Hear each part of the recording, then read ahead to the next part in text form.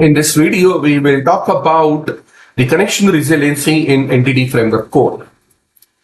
Entity Framework Core is lightweight, cross-platform object relational mapping, which we use it with our .NET applications for performing the database operations.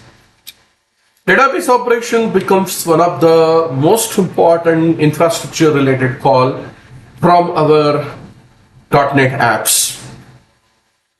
For any type of application, whether it's a .NET or another thing, but let's be focused on .NET, the quality plays the most important role. And quality of the application is then set based upon some of the parameters like this, like stability. That should be stable against all odds.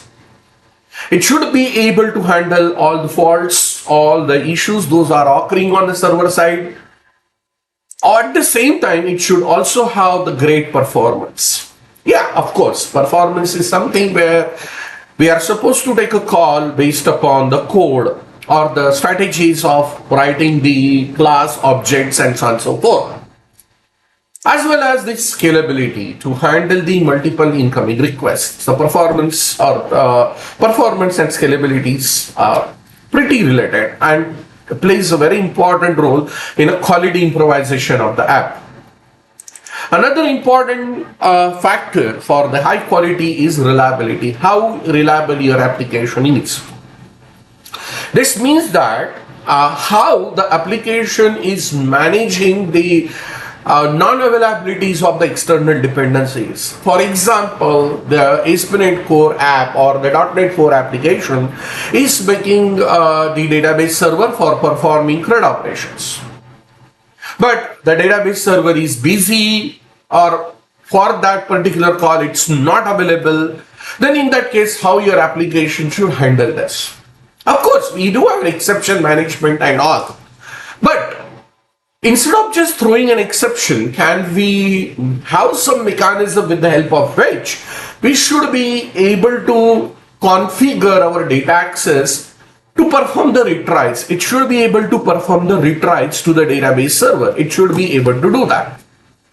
So the question arises over here is that, like, how this can be made possible? So, well, thanks to Entity Framework Core, in Entity Framework Core, we do have the connection resiliency, which is available out of the box.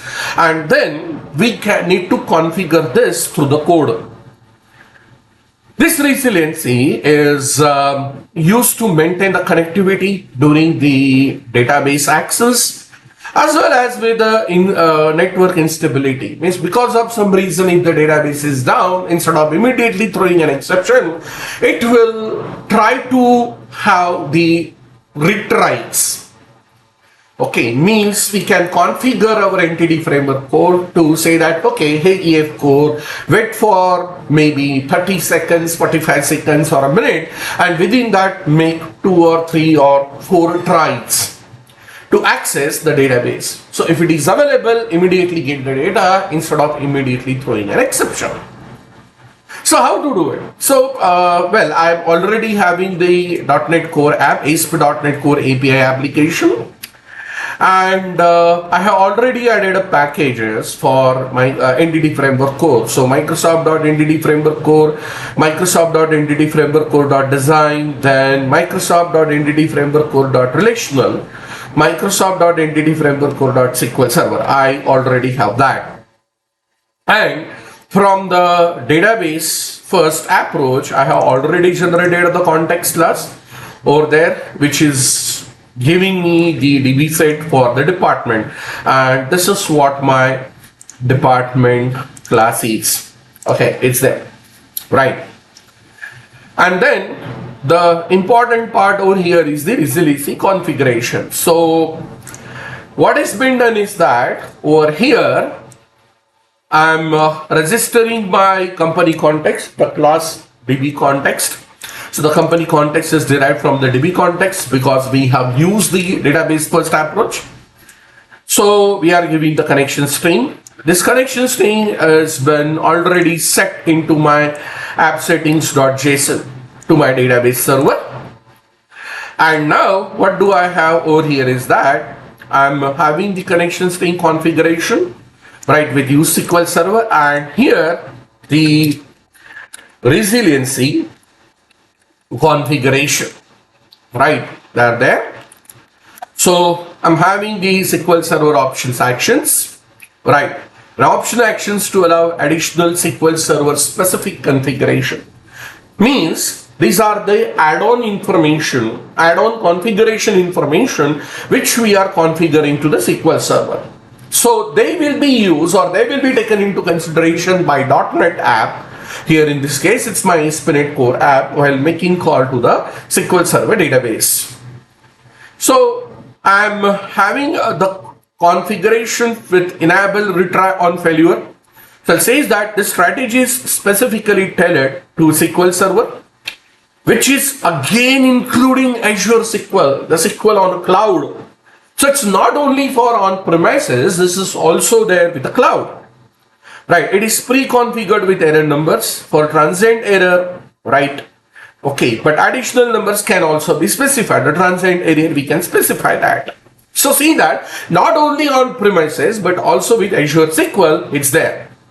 So what are the parameters that we are setting? Max retry count over here, max retry count. So I'm giving the value as 5, maximum number of retry attempts are 5.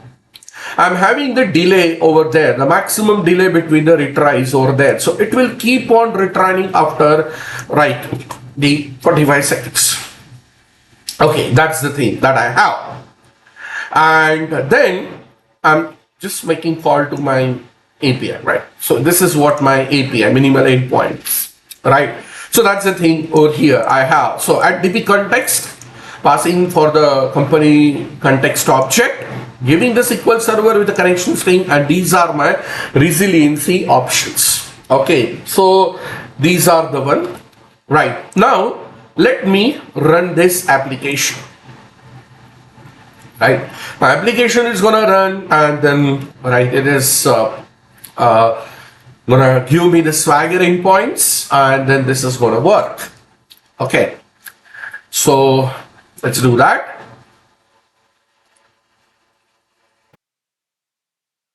Okay, so we will make a call to the department's endpoint first.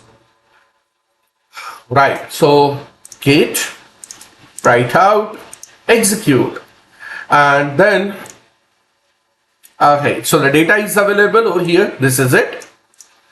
Now let me go back to my services, and I'm going to stop my SQL Server service which is running right now. Let me stop this. It will stop over there. And now again, let me go back, and then I'm going to make a call to execute again. So this will keep on making a call over there. So instead of immediately throwing the network exception or SQL Server exception, what it is going to do is that it is going to do the retry over there for that much amount of time. So let me make a call first. Okay, so this is here, network here. So let me go back. So the call is over. We have already wait for the delay. Let me start it again. Right, execute. Over here we have this call. Now let me stop this again. Okay, stopped. Execute over here. It is going to call. Let me go back and then start this over here. Right, and now again here it is giving me the output. So instead of throwing the exception, right, what it is doing is that it is waiting for it is doing the retry. That's what the advantage over here is that. So this is how the retries can be set. SQL Server option actions, enable retry on failure, setting the max retry count, and retry delay. This is what is it. Okay, fine. Thanks a lot, guys. Happy coding. Thank you.